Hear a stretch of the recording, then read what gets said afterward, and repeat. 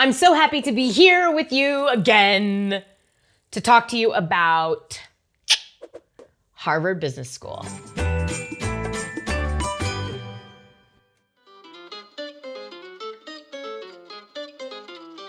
Harvard is everyone's favorite MBA program. Harvard gets more applications than any other school. It's the one school that people can almost never say no to. They have the highest yield, one of the largest student classes, and one of the best reputations, the best reputation worldwide for all MBA programs. So no one would blame you for wanting to get into Harvard. I'll give you a summary of your first year at Harvard. You're gonna be sitting in the same chair, in the same room, with the same 89 other people in your section every day with no change.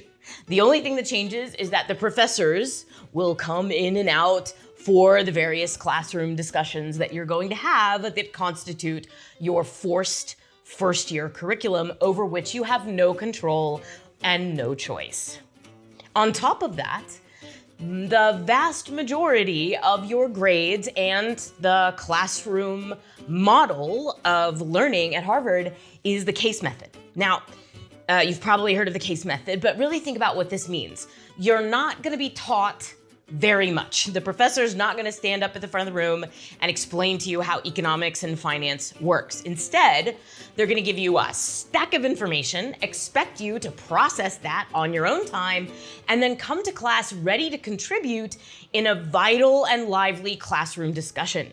That means you're gonna need to have something to say. You need to have enough understanding of how business works that you can participate in such a fast-paced discussion.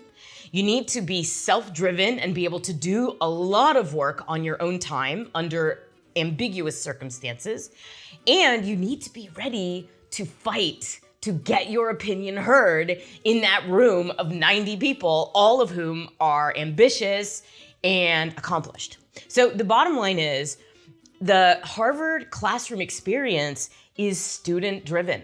The majority of your learning will happen by observing what your classmates who've had different experiences from you have to say about a given business problem. So what does that mean for you? That means that you also need to bring a valuable perspective that can teach your fellow classmates based on your own experiences. You are going to be one of just a few, or maybe the only expert in your field in your 90-person section that whole first year. So if you're coming from the automotive industry, you're gonna have to represent the automotive industry in case discussions that touch on any aspects that have to do with regulations, production, strategy, finance in the automotive industry. You will be the person representing that knowledge base for all of your classmates. And at most, there will be 2 or 3 or 4 other people who share that expertise. So that's a heavy burden to bear. If your classmates are gonna get any inside information about your domain, it's gonna have to come from you. So the school, the AdCom, is looking to understand if you're ready to represent your knowledge base, your authority, and your expertise at the level of a Harvard classroom. Be sure that your quantitative statistics are squared away. Ideally, your GPA, your GMAT or GRE score are strong. You might even consider taking extra classes. HBX Core is a very good one to consider, but also look for subtler ways to demonstrate your analytical aptitude and appetite. Things like having your recommenders speak to quantitative and analytical work that you've done, highlighting those types of projects on your resume, making sure that the Harvard Admissions Committee has no reason to doubt that you are absolutely ready to get thrown into the lion's den and win on class participation discussing business issues with the greats of your generation. This is a big moment.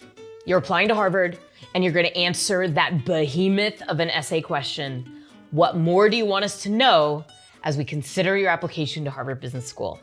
It's my absolute favorite question in the entire MBA universe for a lot of reasons, but there's only one thing that I really want to make sure that you know before you sit down and answer that question. And that is, The question is, what do you want us, Harvard, to know as we consider your application? What do you want us to know?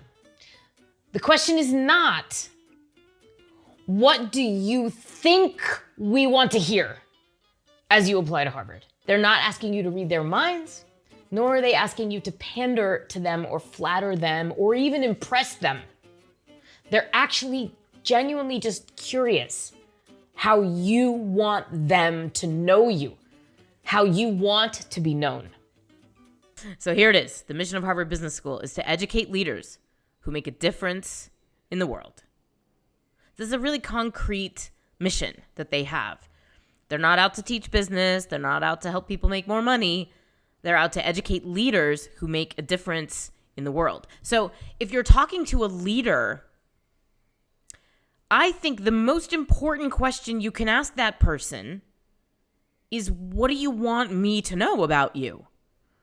I actually think this is the most important question in the entire application process. Harvard wants to know what it is that you want them to know. It's not the absence of a question. It's a very specific question. What is it that you want them to know about you? You're given free license to say whatever is meaningful, interesting, and important to you about yourself. And then make sure that you have a good first line. So these are actually actual first lines from actual winning Harvard essays.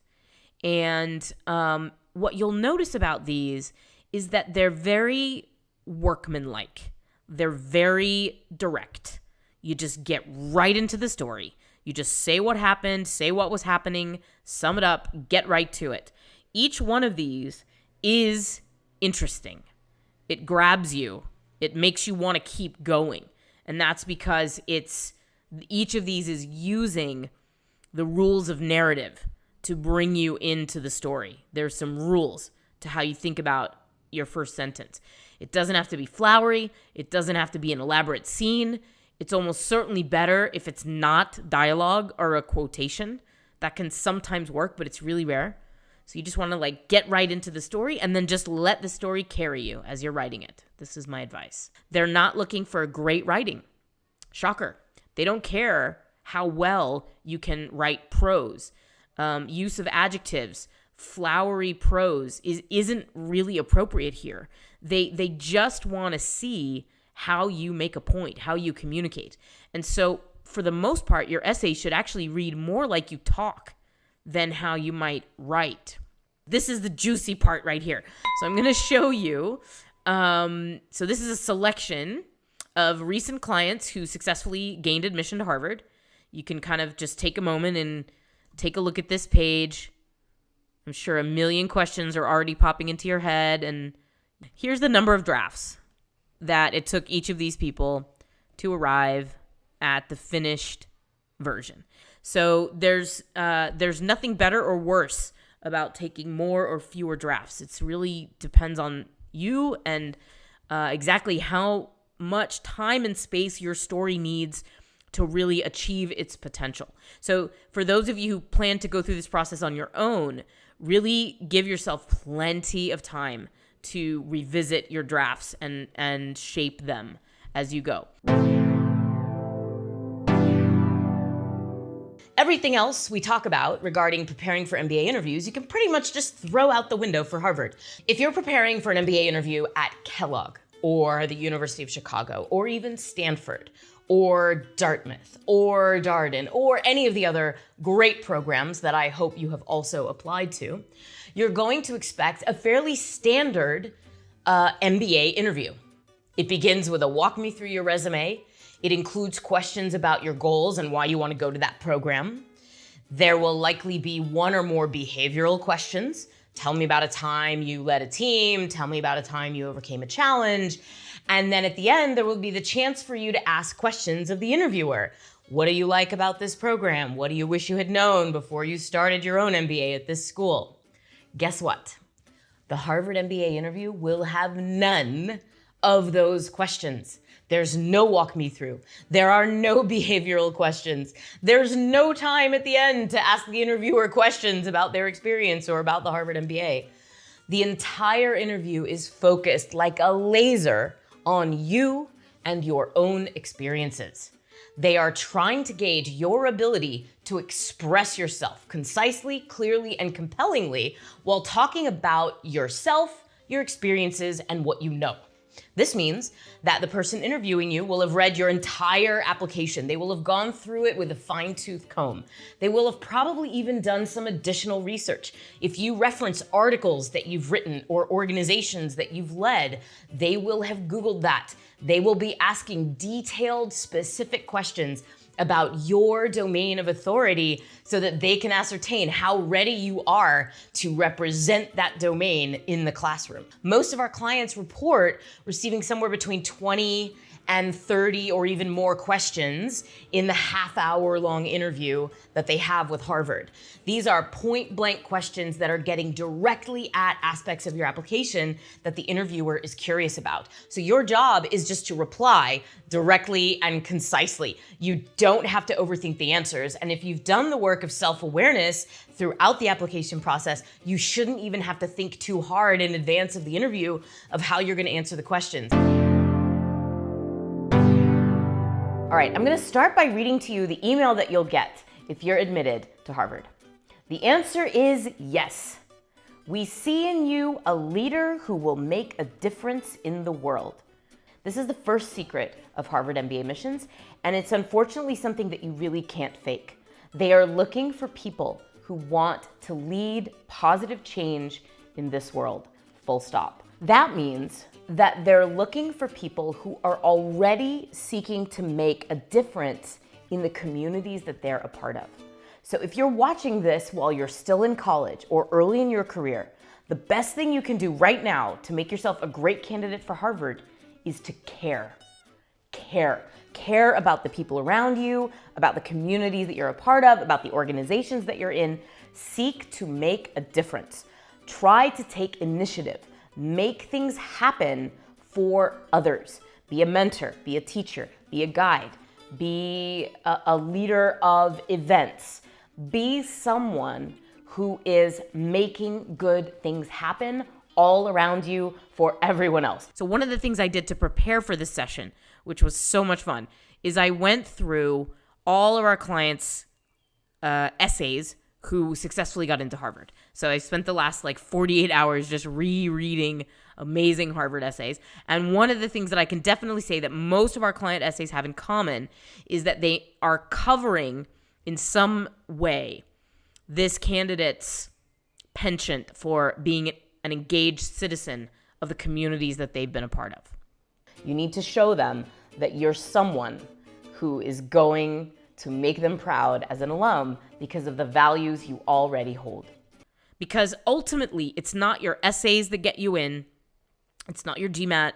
It's not even your resume. It's who you are. It's who you are that gets you into business school and especially into Harvard. Their mission is to educate leaders who make a difference and who exhibit certain values. That's not about what you've achieved. It's about who you are. So your job is to show your best self in the application. And everyone has a unique and distinct story to tell. So your job is to find yours.